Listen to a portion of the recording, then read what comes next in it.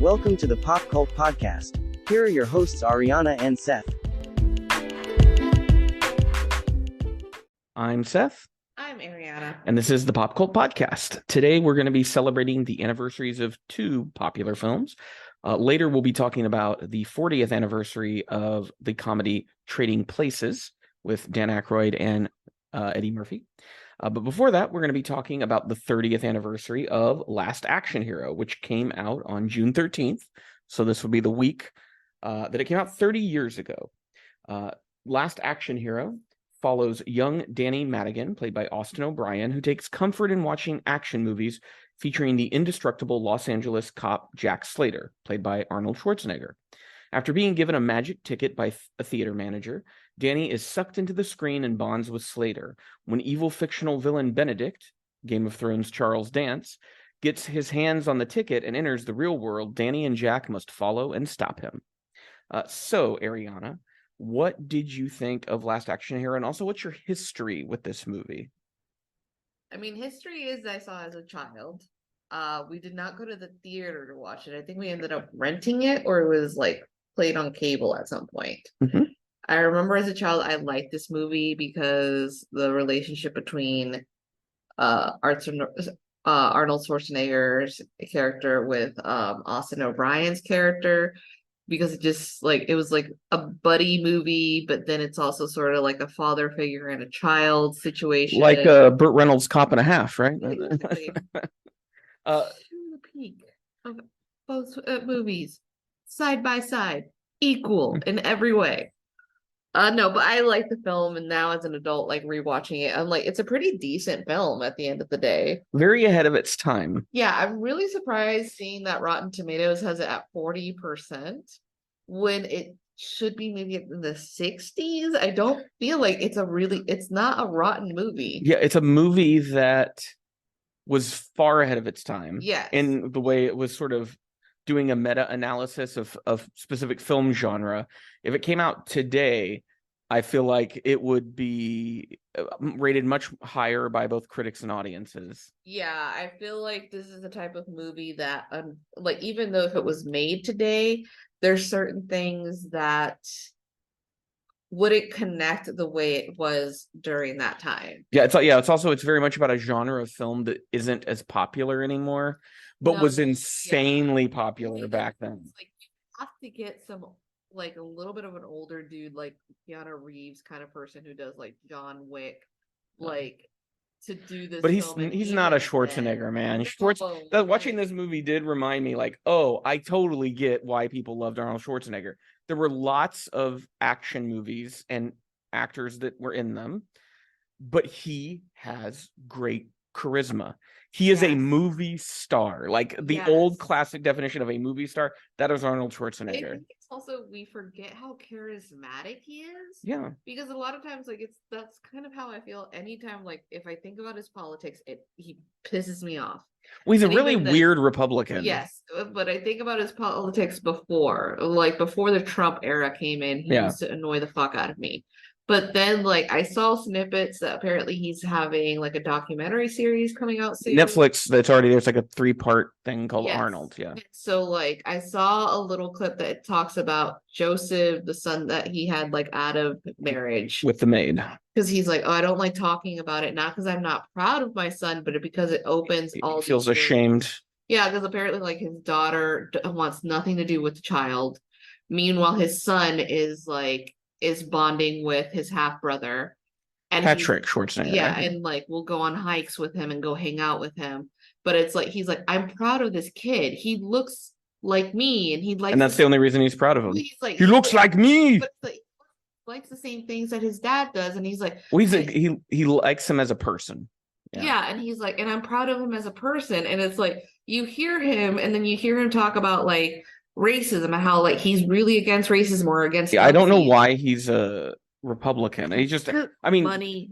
But you can still be a Democrat. It's not like they really raise taxes on rich people anymore anyway. Like it's again going back to the film. He's just charismatic. Yeah, he's the type of person that you're just like in a dumb way. Like you're like, oh, I could probably hang out with him and have a chill time. Well, he does seem like that's why I think he was successful as a politician, maybe not policy wise, but is getting elected in California is, yeah, he, whether it's an act or whether it's real, he makes you feel like he is a person that you can relate to. Yeah. Even though he's this, but he's also this larger than life, like comic book figure too. Yeah, like the shape of him, like how tall The he roles is, he plays. the roles that he plays. But like, I think it's interesting to also look at the context of Last Action Hero. Is this comes out in 93.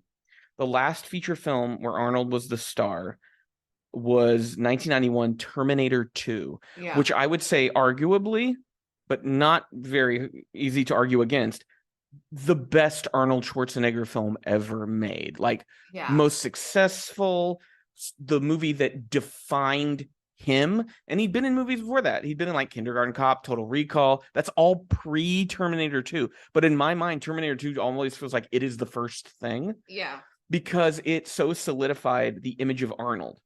And so, like, it dominated the box office in 91, critically acclaimed. It established James Cameron, because, James Cameron had done Alien, he'd done the first Terminator, but Terminator 2 really established James Cameron as like, oh, this is a director who's pushing film technology farther. And that's what he's become, right? Yeah. He's the guy who's, it's his movies maybe story-wise aren't great, but it's the technicality of it. And with Arnold, it was like, this guy is sort of the distillation of 1980s action hero into a single person, more so than Sylvester Stallone, more than Bruce Willis, than Jean-Claude Van Damme comes around the 90s, and like nowhere close to Arnold. Like, he is in a world unto his own. I think in a weird way, there are like certain films that before this film came out, when you talk about it, like it's as if like Arnold became the guy that you wanted to protect you. Like, he's not, and we're not talking in the Pedro Pascal realm where he finds a child and like takes care of them, becomes a father figure. It's like, oh, he's been assigned to protect you. You think about like Kindergarten Cop, you think about like Terminator, and you think about this film, it's like these films of him coming in being like, oh God, but just at the end of the day, like wanting to protect this child. Because I was looking at his filmography to kind of get a sense of the effect of Last Action Hero. So I would say his starring debut, even though he's in some movies before, Conan the Barbarian, 1982. Yeah. So he does Conan the Barbarian, Conan the Destroyer, The Terminator, cameo in Red Sonja, Commando, Raw Deal, which I don't know much about, Predator, Predator, The Running Man, Red Heat, where he played a Russian, and teamed up with James Belushi. You have Twins, followed by Total Recall, which comes out the same year as Kindergarten Cop. The next year, you have Terminator 2 Judgment Day, and then a 2-year gap, and then you have Last Action Hero. And then after Last Action Hero, you have James Cameron's True Lies, which was successful, but I don't feel, when people talk about James Cameron, I don't really hear people bring True Lies up that much anymore. No. I feel like it's Jamie Lee Curtis in Yes. True Lies. Like, everybody, it's almost like everybody forgot how hot she was and like forgot, and then True Lies came out and was like, oh, she's still hot, guys. And so then same year True Lies comes out, he's in Junior, which is an attempt to recapture that Twins magic with Danny DeVito, and it doesn't work. 2 years later, he's in Eraser. Same year that Jingle All the Way comes out. Then in 97, Batman and Robin. And I think that's kind of the moment where people are not betting on Schwarzenegger. However, he has movies every year or every other year up until Terminator 3, Rise of the Machines, 2003. That's a flop. And then there's a 7-year gap until his comeback movie is The Expendables. Right? Yeah. So I feel like Last Action Hero, when you look at where it sits in his career, it does mark the first moment the audience goes, huh, maybe I don't like all this guy's movies. Yeah. Because everything that comes after is a mixed bag, but everything before it is pretty solid. Give a few here and there that are considered like classic 80s movies, right? Mm-hmm. So The Last Action Hero, it's also like the nature of the movie is it's a commentary on Arnold Schwarzenegger as an action movie star.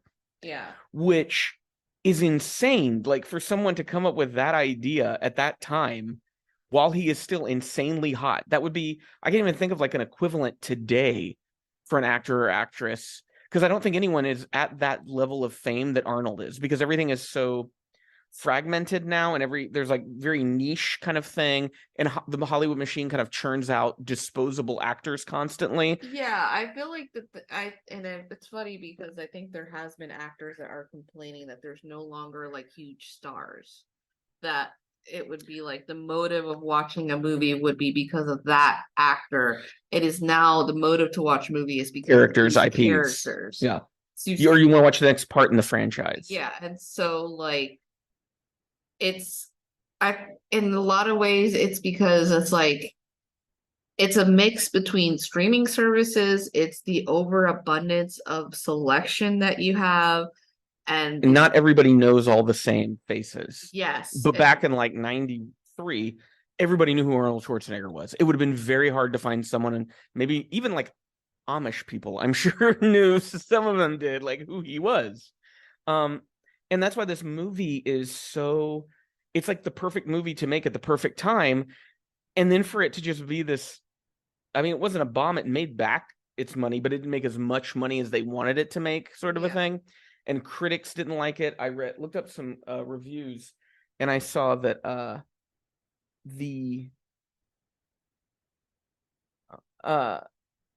there were people that kind of said that it was a good idea, but it was half baked. And I mean, I can kind of agree with that. It does feel like there's some connective tissue that's missing that pulls everything together and really like makes it cohesive. It's like a lot of little moments that are really clever, but they don't necessarily all gel by the end of the movie. Well, by the end of the movie, I think what happens is, so bad guy finds the ticket and starts basically pulling all these bad guys from. Well, he only pulls one, right? But the idea is that he's gonna pull more villains from movies. He pulls out one. Who was it that he pulled out? Well, he pulls out the Ripper, the villain from the previous Jack Slater movie. Okay, yeah, he pulls out him. But he's talking about pulling out more. At the end, they have Ian McKellen has a cameo as Death from Bergman. Falls out a little bit. It's just such a weird turn in that moment. Yeah, it's a weird turn because suddenly it's him that makes the option of coming out, and he is not confused by anything that has occurred. He's just, and sort of like he still has the powers of death, which is confusing because Arnold doesn't have the same abilities in the real world that he does in the movie world. Yes, and so that is a little bit confusing because like he touches someone who's like smoking, and that person dies on the spot. Like he's able to tell like Danny, like, oh no, you're fine, you're gonna die when you're like old age, but your friend is maybe gonna die. So it is, he's not a character discovering the real world operates by different rules. Yeah, because and that's the whole Jack Slater thing, is we see him in his environment, and then the interesting part is, okay, now let's pull him out of an action movie world into our world and watch him navigate and try to figure out, how do I do this? Yeah, and I think it's also like they do this thing of like, once Jack is in the real world, he's kind of like really like fucked, like mentally kind of fucked up with this idea that like that he is not real, that he's been through all this pain for entertainment. Well, and the fact that Arnold plays himself, who then Jack Slater finds he really doesn't like that person, but that's Arnold playing a character talking about himself, which is such a like, that's a pretty profound thing to put it in like an early 90s action movie. This whole thing of, oh, I'm a character, but the guy who plays me is kind of a shallow, vapid person. I don't really like that. About being like, he doesn't like him because it's sort of like, you're the reason these films keep going on. You keep making these sequels, and I have to suffer even more by every take. Okay, yeah, that's another thing, is like the whole theme of trauma, because it's clear that Jack Slater is traumatized by the death of his son in Jack Slater 3. Yeah. But because of the way the movie world works, he's not allowed to process that trauma. He just has to keep going. And it's by entering our world where there isn't a movie plot pushing him forward and these big, explosive action moments, and it's a little boy who pulls him into this world. And I mean, it's clear that like Danny is supposed to be a parallel to his son. Yeah, like there's like, for example, there's a moment that when Danny gets home. It is like 2 or 4 o'clock in the morning. His mom is scolding him, and then he's like, "Oh, by the way, here's like this person, like he's a cop." And the mom isn't like, "Oh, this is Arnold Schwarzenegger" at all. Like it's like she's the one person in the world that apparently doesn't know who Yeah, the fuck I he did think is. that was weird because I'm like, if that man showed up, I would have gone, "What is Arnold Schwarzenegger doing Or here? just being like, if maybe like her You look a brain lot was like that like, actor." yeah, Yeah. like and like it seemed like there was like some flirtation going on. So I think part of it is like there's so much that they're giving you that it's when you slow down and then like analyze the film, it's like, well, why didn't Jack ever have a moment just being like, oh, well, things are really bad here. I could just be a cop here. Or like this Or world like needs someone like me to help fix it. Yeah. be someone like that where it's like, hey, I really like your mom and I think she's great. Like, have him at least be tempted to stay there, only to be like, oh, hey, no, like your daughter needs you, or like, Yeah, it's the whole him leaving his world and then eventually going back. Like the only reason he goes back is because he gets shot in the real world and he's gonna die. But because it's so he's not going back to his world out of a choice. It's out of necessity. yeah, And I do think that undercuts his arc as a yeah, character. I think it would have maybe been interesting, but again, this is just me thinking about, oh, they go to play the film, and it turns out midway to the movie, Arnold is gone from the film, and nobody understands why. And that would be funny to watch, like the actors walk, like his boss, who I think was the chief of police in Lethal Weapon, like going around asking where Slater is and being very confused and Yeah, feels or like nothing's progressing, like nothing's getting maybe done. like, oh, the film's cut out in the real world from that point where he leaves, because it's like, oh, the film is like undone because he's no longer there because of the magic of film. Is it supposed to be like there are certain things in the rules? It's also one of those movies that it like, if they were to tell me, oh, we're gonna make this into a 1 or 2 season plot, I would not be against it because they're just Yeah, gonna it could work explore. as a stream. Yeah, Last Action Hero is a streaming series. Yeah, just That would be being like, great.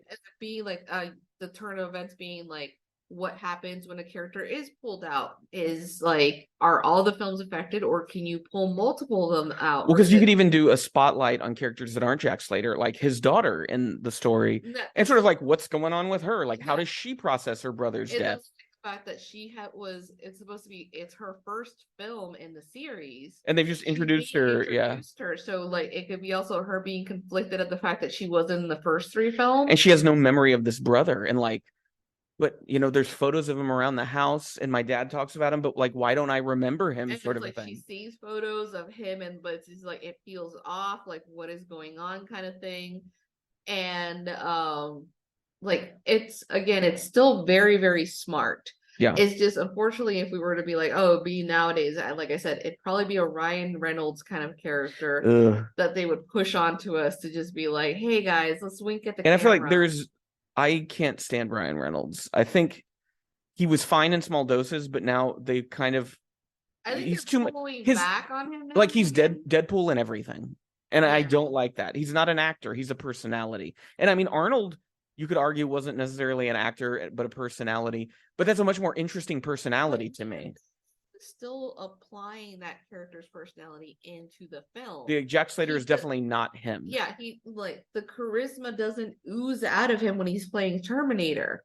Like he's not like being super chummy, and then like in True Lies, he's like it is like this. It's still funny to me because Arnold Schwarzenegger in the films is an all-American man who is not American. An Like Austrian immigrant like with a very thick accent. like nobody ever goes like, how And he do you doesn't even look like an all-American guy. He is this bodybuilder. Like Yeah. he's about as far from the average American man as you could but possibly that's get. the image that they wanted to impose upon Well, and that's themselves. why he worked in the 80s is this is the dream of an American man to be this guy. Yeah, and like he's also a guy that's sort of like he would probably laugh about it because it's like, you know how much time I spent in the gym? Or he probably like, find himself as like, oh, I'm just not take it as seriously as so many other people did who like yeah, loved and the like movies. it's like one of those films that's like you like I'm sure for a lot of people it's deeply nostalgic. I think the only time I've ever felt deeply nostalgic is when we were watching like Addams Family 2. Like there's something about it that I could feel like that hit of like, oh yes. but it's still a good film. Like this Last Action Hero is still pretty good. And we recently just watched Temple of Doom, Last Crusade, and Kingdom of the Crystal Skull, which I think is interesting that then we watched Last Action Hero, because Harrison Ford is clearly he kind of bleeds over into that action movie thing while still being a legit actor in other stuff. Yeah. And one thing I noted, because we were able to kind of watch the progression of the sort of action adventure movie over time, is there seemed to be the scale was so much smaller in those movies. As a child, you don't necessarily realize that, but as an adult, you realize, oh, like the scale of Temple of Doom is very small. Like the geography of where they're going for most of the movie, very small. Last Crusade, it's a little more grand, but still not that much. You get to Kingdom of the Crystal Skull, and it's exhausting how many places they go and how much time they spend in those places. And so then I think about like Last Action Hero, and it does a perfect thing of not exhausting you with going everywhere. There's basically 3 places in the movie. That is the world of Jack Slater, the movie theater, and Danny's house. And maybe you could say New York, right? Yeah. As general. And so it's very localized. It's basically 2 cities, New York and LA. And it's a movie that's not just about, it's about contrasting those places of Los Angeles for people means this. New York for people means this. And both of these places are probably the most iconic cities in America. And what does that tell you about America? I think there's a lot in this movie about the American psyche and the American soul and what's going on. Well, like Danny has this whole thing when he's trying to convince Jack, was it Jack or Jake? Jack. He's trying to be like, hey, this is a movie, this is a movie, this is a movie. And he's like, this is like first time he walks into the police department, he's like, this is the nicest police department I've ever been into. Like the one that I was into is shit. He starts arguing about being like, the women here are way too attractive. When they're all like supermodels wearing insane clothing. He's like, there's no normal looking, like average looking women. There's literally an animated detective cat. Yeah, it's like that's weird. And they're like, what are you talking about? He's just always been. He's a veteran on the force. It's like, it's Danny trying to be like, this is not reality, but he's also trying to be like, and because it's not reality, this is amazing. We can do whatever we want. I don't have to be afraid here. I don't have to be scared, and it's just. Well, like, and then when Benedict, Charles Dance's character, arrives in the real world and starts to understand that you can kill someone in front of other people and those people will just turn their head because they don't want to be involved. Especially like within the New York area. Yeah, and in the conclusion, he goes, in this world, the bad guys win. Like, that's a quote from him. And he's not wrong. Yeah, and it's like, yeah, he's evil, but he has figured out that major difference between the world of the movies and the world that people actually live in is, yeah, in the real world, there are no Jack Slaters who miraculously save the day. Or happen to have like his, gun can stop the car from fleeing. Because like when we mix it into reality, when he is shooting the gun and like pointing to where like Benedict has gotten into the taxi, it doesn't do anything. Well, I want to talk about those contrasts, because that was one thing that now, having watched a lot more movies since I last saw this, I really appreciated John McTiernan, the director. He also directed Die Hard. He directed Predator. So this guy knew his action movies. He also directed Hunt for Red October. So like, this is a guy who, he is like peak action movie director for this time. So who better to make a movie analyzing action movies than a guy who kind of made the most iconic action movies of the era? And I loved how the cinematography from inside the Jack Slater world is completely different than the cinematography in New York. In Jack Slater's world, it's a lot of crane shots, dolly shots, tracking shots, steady cam. But then you get to, or maybe not as much Steadicam, but you get to New York, and that's where you have Steadicam handheld shots. It's a lot messier. It's a lot dirtier the way the camera is working. And you're talking about the difference between the police stations. Like, there is this conscious effort to constantly contrast one element from another in these two worlds. And they both have a texture to them, I guess is how I would describe it, that makes each world feel so dramatically different from each other. Yeah, I think And that I feel as if also directors don't do this anymore. They don't make a film where they're like, oh, I've made a ton of action films. Now I'm gonna go make something that's going to be a satire or like a comedy. Or have fun with the genre. The genre. Because it feels as if now the directors that we have take themselves so serious that like they're just never going to be able to make fun of those. And the director that I'm thinking exclusively is a guy that did Joker. Like I feel like Todd Fields. He would not be able to make fun of himself because and the thing is, he should be able to, because he started in comedy. Like Joker was a pivot for him, and he's the kind of guy who probably could make a superhero movie that was like the last action hero of superhero movies, like, taking the piss out of it, kind of mocking it a little. He found himself because his whole idea of what is funny is degrading to women or Yeah. people of color. When I was thinking, like, if we think in big directors now who don't make like personal art films, who who directed Super Mario, who directed Sonic, who directed Spider-Verse, I know who directed The Flash, Andy Muschietti, and I don't like him. I don't think he's a very good, I think he's a fine studio director, I guess, but he's not interesting. Like, who directs these movies that we watch now? Well, I think it's also like, I mean, even Barry, Taika Waititi, like pinpointed it about being like, oh, the next like big Marvel movie is going to be directed by this indie. They bring in people who directed like one decent indie movie, but then dictate how to make the movie to them. Yes, and so they're not really learning how to make movies. They're just kind of the manager on set of the movie. Yeah, they're just applying what it is that it's been pre-made for them, and they don't get to do anything interesting. And it's like every once in a while they kind of like let Sam Raimi off his chain and let him make something. I think it's sort of like with Sam Raimi feels like one of the few directors that is able to do that because he has a clear stamp of what his style is. But that's why, I thought it was also because it's like he's old enough to be like, no, fuck this. How many times have we read about directors who are like gonna make a film and they leave because they're not able to make it the way they want it to make it? Well, and with Raimi, that's what I always thought it was weird that people acted so turned off by Doctor Strange, and I guess some of them it was because of what was done with Scarlet Witch, which is understandable. But in terms of like tone and aesthetics, I was like, it's directed by Sam Raimi, and guess what? There's a big chunk of it that feels like a Sam Raimi movie. That's what movies are supposed to be. Well, they're not supposed to be like and that's why like this movie, Last Action Hero, when I go, oh, this is the guy who directed Predator and Die Hard, I'm like, oh yeah, I can see that. It's got that kind of like, and then it was, Shane Black had a hand in rewriting the script, and you can feel all those elements when you know who those people are. You're like, oh yeah, so it's of its time, but it still feels smart.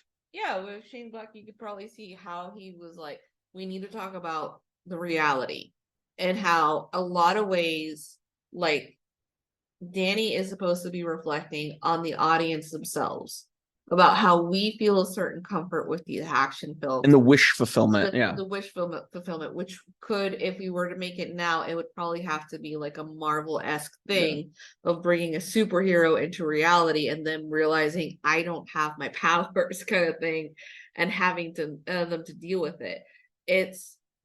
But it's still lighthearted in a lot of ways because I feel like there are shows that, for example, The Boys that I've never seen, but people are like, oh, this is like, it's supposed to be the dark side of like how superheroes are.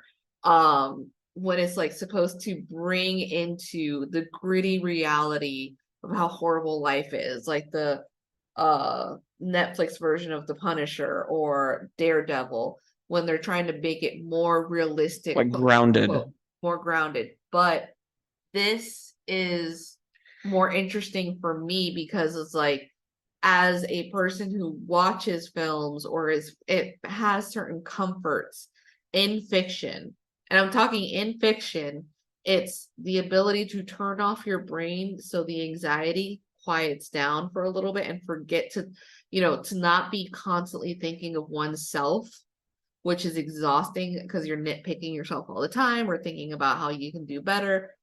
It's kind of sad that we don't get things like this anymore. Yeah, because Yeah, I feel like if this was made as a movie now, it would probably be like a direct to Netflix thing.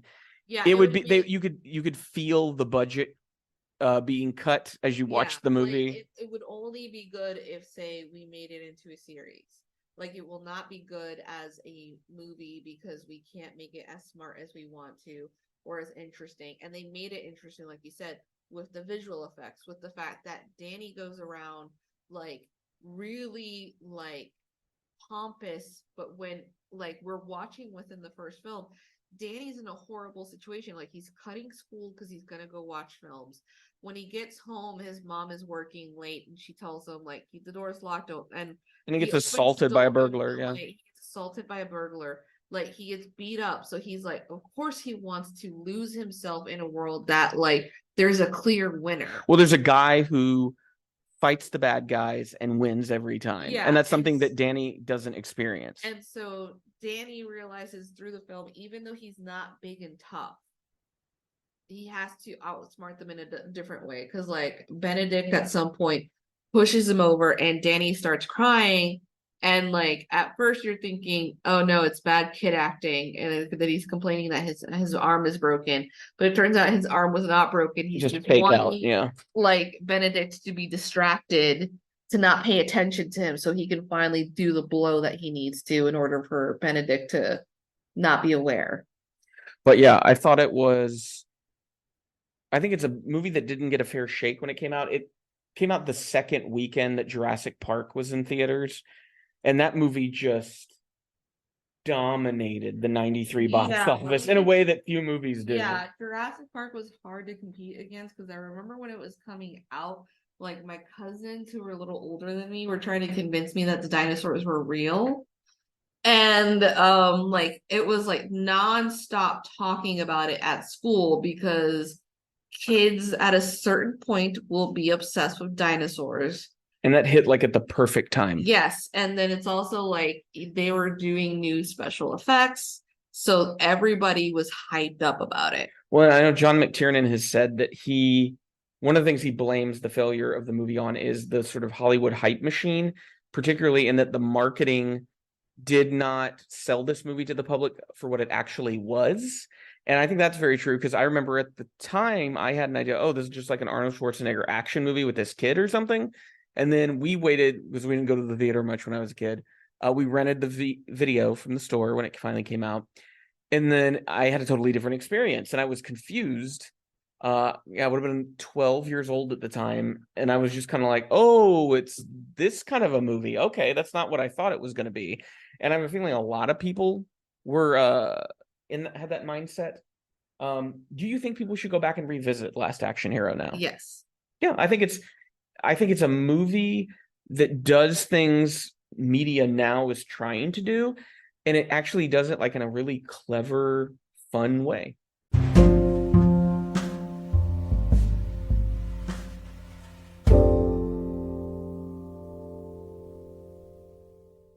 Trading Places follows upper crust executive Louis Winthorpe III, played by Dan Aykroyd, and down-and-out hustler Billy Ray Valentine, played by Eddie Murphy. These men are the subjects of a bet by successful brokers Mortimer and Randolph Duke. As employees of the Dukes, Winthorpe is framed by the brothers for a crime he didn't commit, with the siblings then installing the street-smart Valentine in his position. When Winthorpe and Valentine uncover the scheme, they set out to turn the tables on the Dukes. This film was directed by John Landis. Came out in 1983 and is celebrating its 40th anniversary. Came out June 8th, 1983. So pretty close, 10 days away from its 40th anniversary. So, Ariana, what did you think of Trading Places and what's your history with this film? I've seen it in pieces. Mhm. I'd never seen it completely until last night. Mhm. I thought it was good. I think it's just like it's one part of me is like it's always like these kind of films are always on the edge of being like leftist or pro worker until it isn't. Yeah, it just kind of like loses it at a certain point. Yeah, and I think it's also there is a lack of character development to a certain degree, or at the least getting to know the characters a little bit better, especially Valentine Eddie Murphy's character. We don't know anything about him. We're just running on charisma for him. Yes, he's basically Eddie Murphy. Yes. That's all you need to know is, oh, that's Eddie Murphy. And there's no character there. And it's like there are times it's just sort of like, what the fuck? Because I'm thinking about how like so Valentine at some point is talking to the Dukes. This is like almost towards halfway of the film. So he's working for them at that point, yeah. And they're I forgot what it was about, but he's like start saying like, no, you really need to be hard on people. You need to like people really need to work for what they're given. But this dude was just given 2 days ago this job, an $80,000 year salary, which is a lot of money considering the year that it came out. And he just sort of naturally has the ability to do the job somehow. And it's like this weird thing where he's like, no, you have to work hard, which is almost like saying, no matter what happens, when you are a Black poor person, eventually you're just going to become just like them. Once you're given all these things, there's a lot it's like that's nods. The poison of capitalism. Yeah, there's a lot of nods about it, and then there's just other stuff that you're just kind of like, huh? What? I do want to point out 2 lines from the movie that, because I remember my friend Brent in college would watch this movie when it would come on Comedy Central every once in a while, and there were 2 lines that always cracked him up. There's the great scene where they are giving their butler his Christmas bonus, Ezra, and they give him a whole $5. And it's Mortimer Duke chimes in that half of that $5 is mine. And Ezra, in just the nicest way, goes, "Thank you, Mr. Mortimer." And then under his breath goes, "Asshole." And that's just like a great moment. And then whenever they're trying to explain securities, I think, to Valentine, and they use like lettuce, bacon, and tomato and bread, and it was orange juice. Yeah. And Randolph Duke says, "That's everything you need to make a bacon, lettuce, and tomato sandwich." And then Eddie Murphy just does the whole fourth wall break and just looks in the camera like, yeah, no shit. So like those were funny. And what I noticed about both those moments, those are moments where the Black character is able to mock the white character. Yes. And that's why it's funny, because it's subverting the way things operate. And, the real world, especially at the time, was like, you had to be very thankful for the shit that you were handed. I kind of agree with you. It's a movie that has funny moments, but I would argue loses a lot of steam in the 3rd act, where like the scheme they come up with on the train ends up depending on this bit of Deus Ex Machina involving a gorilla that feels like something out of a shitty like Three Stooges short or something. Yeah. Where like they have this whole plan and they execute the plan, but if it hadn't been for this random gorilla being transported on an Amtrak train and someone wearing a yes, outfit, it's so coincidental in a way that like it undercuts the cleverness that could have been there. One of the things I noted, like as the movie was starting, was there's a certain feel to a type of comedy from this era that felt, and maybe it was just because I was a kid, but it still kind of feels that way, that it's like a little more elevated of a comedy, that it's not just a cheap gag, that there's actually thought that went into the writing of the script, that actors are actually good actors, that like Elmer Bernstein does the music, and so it has this orchestral score. It's not just pop music of the day.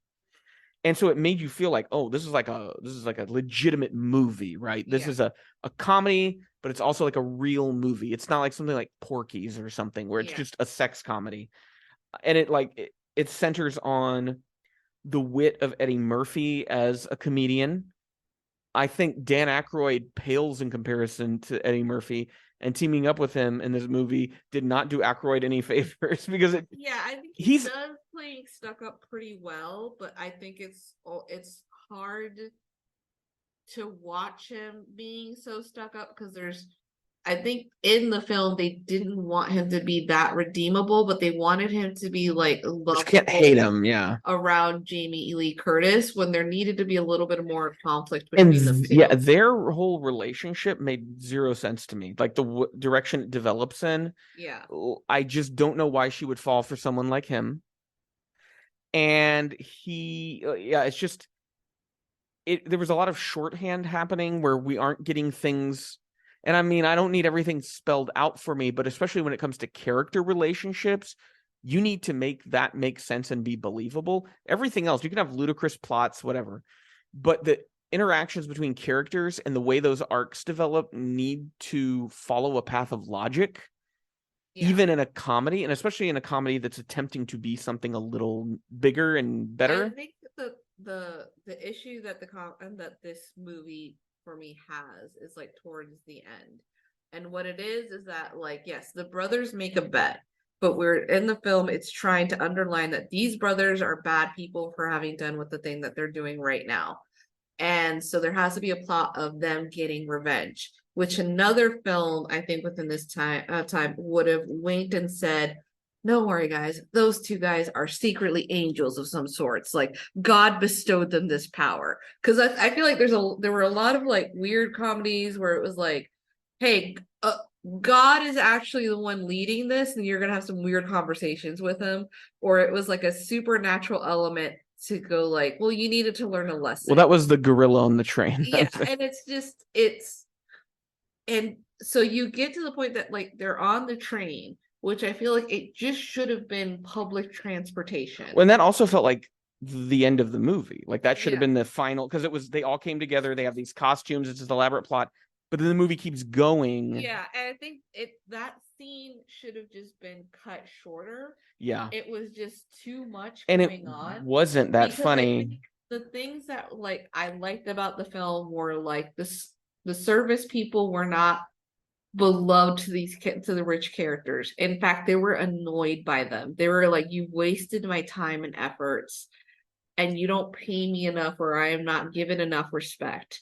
And again, there was a lack of development because we spent so much time with Dan Aykroyd's character, finding out how he works. Mm-hmm. Like we find like him talking to his girlfriend, how he has this really nice life, and then Valentine, played by Eddie Murphy, we just see he tries to scam people. He pretends to be like a paraplegic blind war veteran. Like, it's not, we don't see him actually with a person, with anyone who cares for him. He has no relationships with anyone. It's like, oh no, he's a showboat, and we have to show like people are just going to use him for his money at the end of the day. And it's a movie that clocks in at 2 hours. And I think like, okay, you want to make a 2-hour comedy, then we also need to develop Valentine's background and know who is he, where does he come from. They could have just cut all that train sequence, which was dumb, and like it just lasted too long. Have them steal the orange futures in like a quicker, clever way, and just move on. Like with Eddie Murphy's character being shown to be kind of a con man already, and maybe him having like brought in a friend that would help him do stuff, and then Ophelia turns out to be a little bit more savvier, but that stretches out too long, where it's supposed to be tee the bad guy is gonna get sexually assaulted by a gorilla. And also, if we had cut that scene short, we might have not had Dan Aykroyd in blackface, which was just, why are you doing this? It took all the sentiments the movie might have been trying to say about race and gender and like labor and class and all this, and it was just like flushing it down the toilet when Dan Aykroyd comes in with shoe polish on his face. First of all, Dan Aykroyd is giving the Dukes all these checks to sign out to people that they give money to. And at one point, one of the brothers goes, "Geez, we pay a lot of our workers like a lot of money." And Dan Aykroyd's like character says, "Yeah, there's not really a workaround minimum wage." Yeah. And like it's supposed to be this, and the bet is supposed to be like, oh, well, if you give someone a chance, they could probably succeed in the job. Because the bet was like, what influences a person more, their genetics or their environment? Yes. And so, and I don't feel like they used that the premise of the bet just puts the two main characters in their situations, but we don't really explore from the Duke brothers' perspective what like their observations at like It's why more are they like- not I mean I would think why aren't they like tracking Dan Aykroyd's character to kind of see like is he able to bring himself back while and is Valentine able to maintain his I don't spot? know, it's because they have already like known that they've ruined him to the point because Well, and especially is like with Ophelia. but do you it's one thing I think the movie doesn't necessarily make clear is I had to kind of infer that one of the reasons they were getting rid of him was because he noticed the Clarence Beeks checks and made a comment about it. And I thought as we were watching it, because like you, I'd only seen this movie in bits and pieces. I thought, oh, they're gonna have some conversation about, ooh, do you think Winthrop's a real smart guy? He's noticed the check. We got to do something about it. And then like, well, it'd be a perfect time for our little experiment, right? That would have been like a logical progression of those ideas. Yeah. But it doesn't. And so I don't know if that's what I'm supposed to infer is going on and they're not saying it out loud, but that would have made a lot more sense than the way it plays out. Verbally indicated, like if it's just like, well, he's asking too many questions, and then one of them distracts it by being like, let's make a bet. And I think it's also like the parts that are really good are like, for example, of them figuring out about the bet and then them saying we would never like have Valentine do it because he is black. But then the punch of the gut is when Valentine realizes the bet is only for $1. That's how little they valued his and Winthrop's life. Yeah. So that's when the two come together and decide to work together. And I just really wish there was also a little bit of them like bonding. Yeah, because it's just like it's Winthrop gets injured and they bring him back to Winthrop's old house where Valentine is living and Ophelia's there. And then when he wakes up and they have that like whole fight and Valentine's trying to explain things. But yeah, that's it. Then all of a sudden they're buddies and they have a plan. And like that was, him waking up talking about how he thought it was a horrible dream. That would have been a great moment to have a conflict where he says something about Ophelia and Ophelia can go, well, fuck you guys, I'm out, but you still owe me money kind of shit. And it's kind of weird. It just feels like it's the kind of thing that would happen in the comedies of the 80s is they need the plot to go to a place, so the characters are just friends now. Yes. And we're not going to try to explain it. And then it's also sort of like Ophelia, again, Jamie Lee Curtis, she is running on charisma and running on because she's got a great body and they have to show her topless a few times.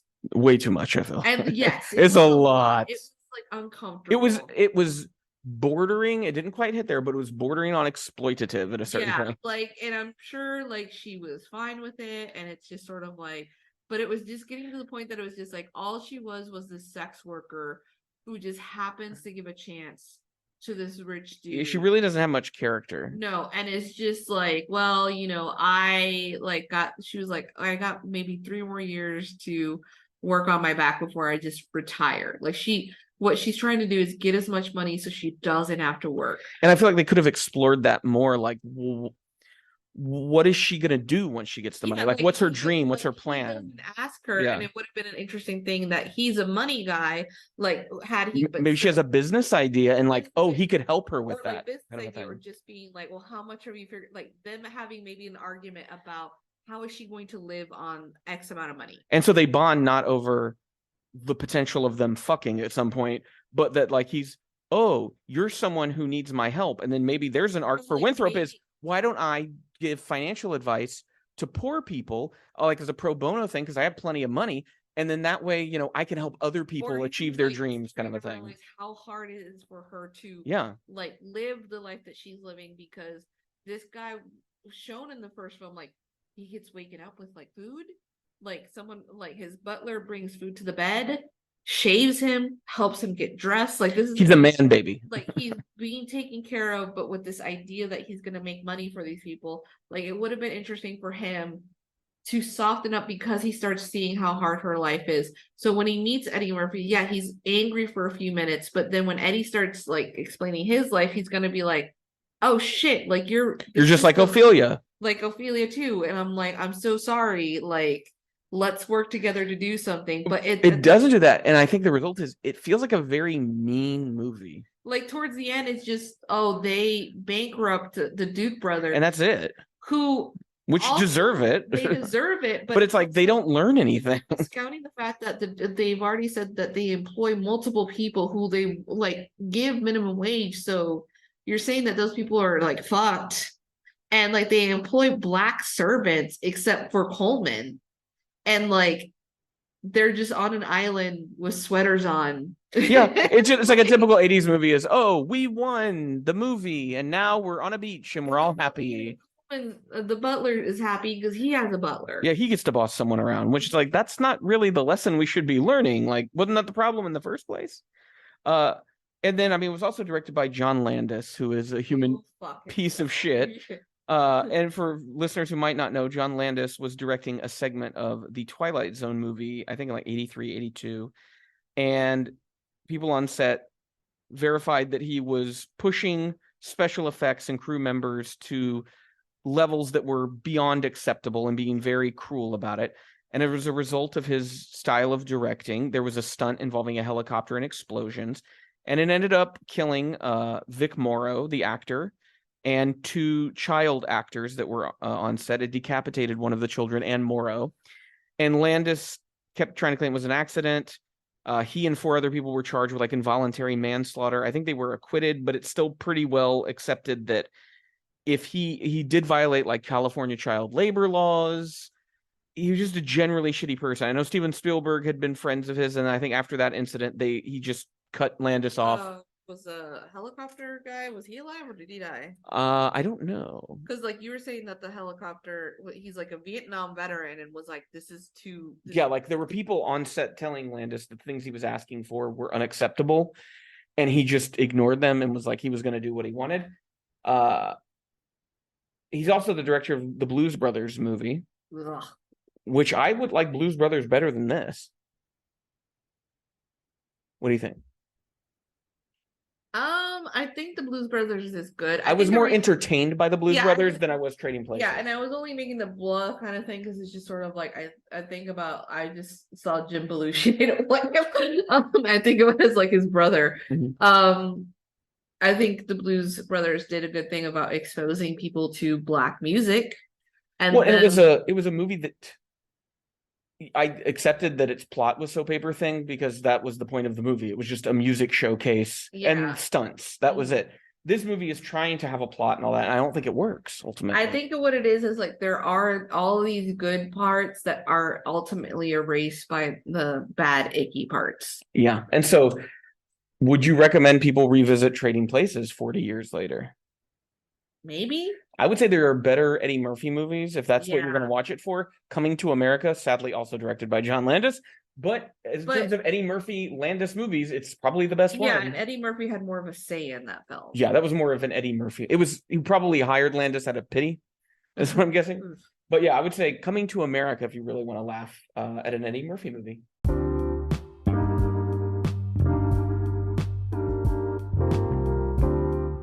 Well, that was the Pop Cult Podcast for this week. We hope you enjoyed this episode. Check out our show notes for links to any relevant reviews on our website, popcult.blog. Also, make sure to subscribe to be notified when new episodes of our podcast are up, wherever it is you listen. If you do visit popcult.blog right now, you're going to find we're in the middle of our big Pride Month celebration by taking a look at films from queer cinema. This week will be our last week of queer cinema, where we're reviewing Wong Kar-wai's Happy Together, Greg Araki's Mysterious Skin, and then finishing it off with Pedro Almodovar's Bad Education. Coming up the following week, we will be taking a look at 3 Indiana Jones films, Temple of Doom, Last Crusade, and Kingdom of the Crystal Skull, as the potential 5th and final Indiana Jones movie drops in theaters. Our next episode of the podcast, we will be reviewing the Sundance film The Angry Black Girl and Her Monster, as well as taking a look at Sleepless in Seattle on its 30th anniversary. If you enjoy all the things we do on the podcast and on our website, we would encourage you to support us on Patreon. We have lots of reward levels and goals we're working towards. And we want to thank our current patrons, Morphine, who donates at the sneak preview level, and Becca and Matt, who donate at the writer's room level. You donate at the writer's room level or higher, you get to pick a movie every month for us to watch and review. So that's a little bonus that you get, along with some other things, including patron-exclusive podcasts that you can only get if you're a member. Well, until next time, keep listening. Bye.